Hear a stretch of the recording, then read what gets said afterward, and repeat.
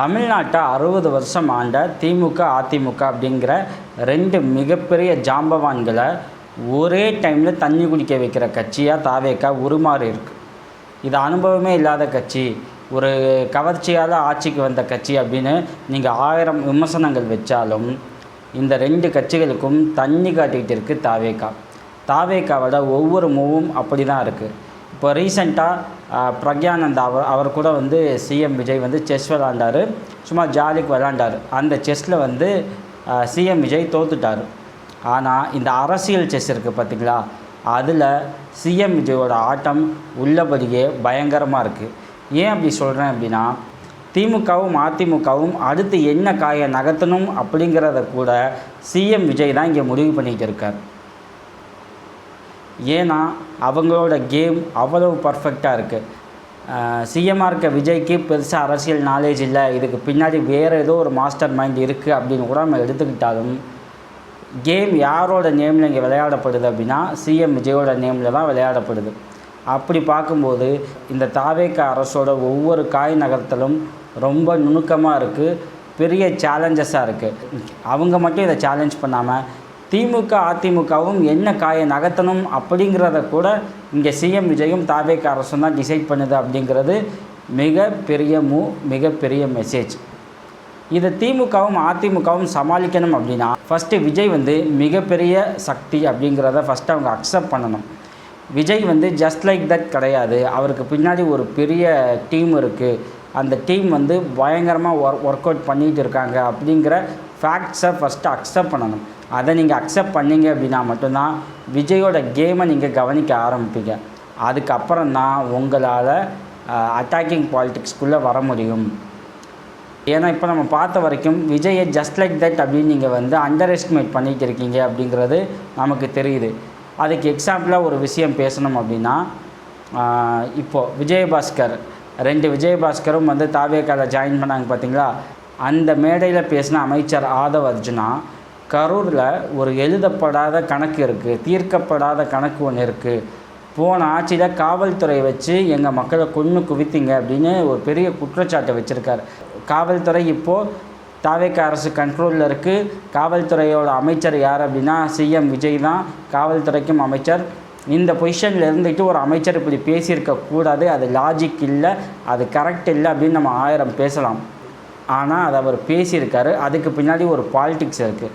ஏன் சொல்கிறேன் அப்படின்னா, next month CM Vijay Karur போக போகிறார் அப்படின்னு ஒரு தகவல் வந்துச்சு. நல்லா கவனிங்க, தகவல், செய்தி கிடையாது. இந்த டைமிங்கில் தான் ஆதவ் அர்ஜுனா அந்த மேடையில் காவல்துறை வச்சு கரூர் மக்களை கொன்று குவிச்சிங்க அப்படிங்கிற ஒரு குற்றச்சாட்டை வைக்கிறார்.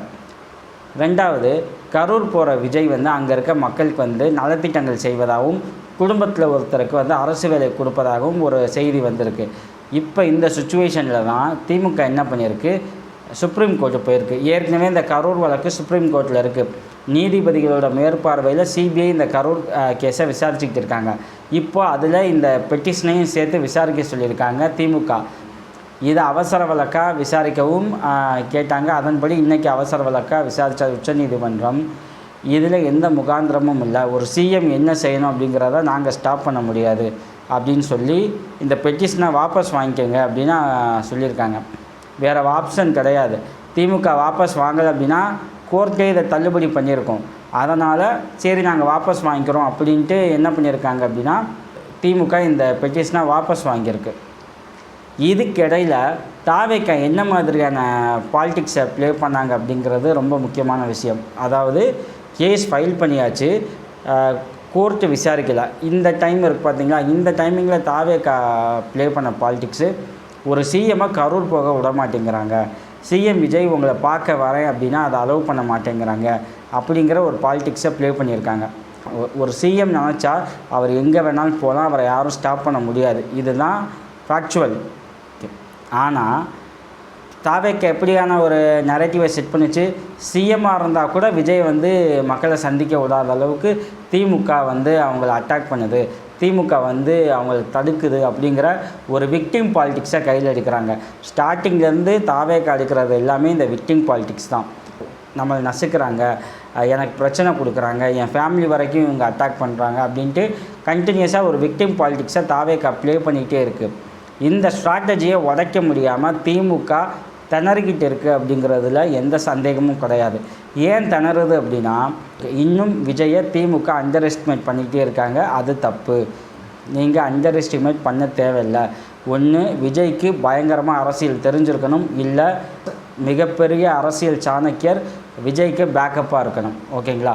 இந்த 2 விஷயத்தில் ஏதாச்சும் ஒன்று இருக்குது. அதனால தான் தாவேகா மிக அருமையாக இந்த செஸ் கேமை ப்ளே பண்ணிக்கிட்டு இருக்குது.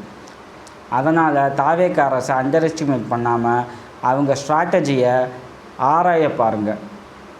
அவங்க என்ன மாதிரியான ஸ்ட்ராட்டஜி வைக்கிறாங்க, எப்படி இந்த பொலிட்டிக்கல் கேமை ப்ளே பண்ணுறாங்க அப்படிங்கிறத ஃபஸ்ட்டு அப்சர்வ் பண்ணுங்கள். அவங்க உண்மையிலேயே த்ரெட்டனிங் பவர் அப்படிங்கிறத நீங்கள் ஒத்துக்கிட்டீங்க அப்படின்னா மட்டும்தான் உங்களால் தாவேகாவை அப்போஸ் பண்ண முடியும். அதர்வைஸ் தாவேகாவோட கேம் உண்மையிலேயே கொஞ்சம் பயங்கரமாக தான் இருக்குது. அதை சமாளிக்க திமுக அதிமுக அதை நம்பி வேறு ஒரு ஸ்ட்ராட்டஜியை வகுக்கணும். நீங்கள் பாட்டு லெஃப்ட் ஹேண்டில் டீல் பண்ணுற அளவுக்கு விஜய் லேசுப்பட்ட ஆள் இல்லை அப்படிங்கிறது இந்த 1 மந்த்தான பாலிடிக்ஸ் அப்சர்வ் பண்ணும்போது எல்லோரும் டெஃபினட்டாக அண்டர்ஸ்டாண்ட் பண்ணியிருப்பீங்க. மீண்டும் வேறொரு முக்கியமான டாபிக் குறித்து பேசுவோம். தேங்க்யூ.